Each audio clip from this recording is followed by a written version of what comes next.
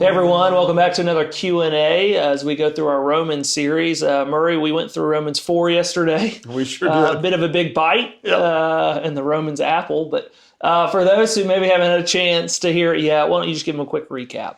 The best way to say a summary of Romans 4 is to talk about the idea of credited righteousness.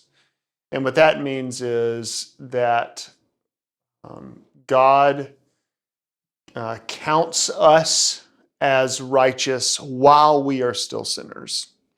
And it doesn't have anything to do with how good we've been or how special we think we are, but it has everything to do with God's goodness.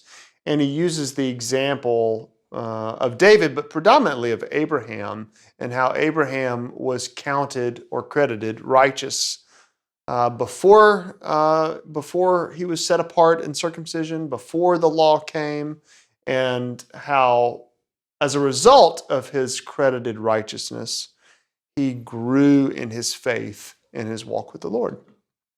During your sermon, you discussed kind of the hypothetical of, if you were asked the question, why should I let you in here to the gates of heaven? How would you respond? And a lot of those responses on the surface, or at least the second one of like, well, I've had faith in you and we've added something, is really telling how we would respond to that question of how we define righteousness.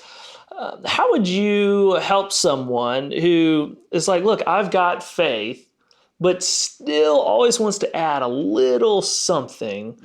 How would you go about helping them understand that, hey, you're still adding something because you just said, I have faith and I think probably the best thing to do, which is what Paul does, right, in chapter 4, is to describe the great free release reality of what it would actually mean if we could understand that there is literally nothing that we do, not even have faith, because that's a gift. There's nothing that we do that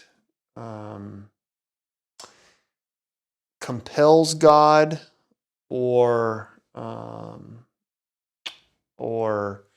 earns our righteousness in any way. So I think having the great picture of what it means to be given something as a gift, entirely void of any good that we've done to earn it, and the release of that, of knowing that God loves me that much, that he loves me so much that he gave his own son, not because we were special, not because we were good, not because we obeyed him or even sought to please him, but only because he loved us, the object of his great love. Once we begin to have a grasp on that, then I think it begins to melt away but look how I've obeyed, or look how much faith I have.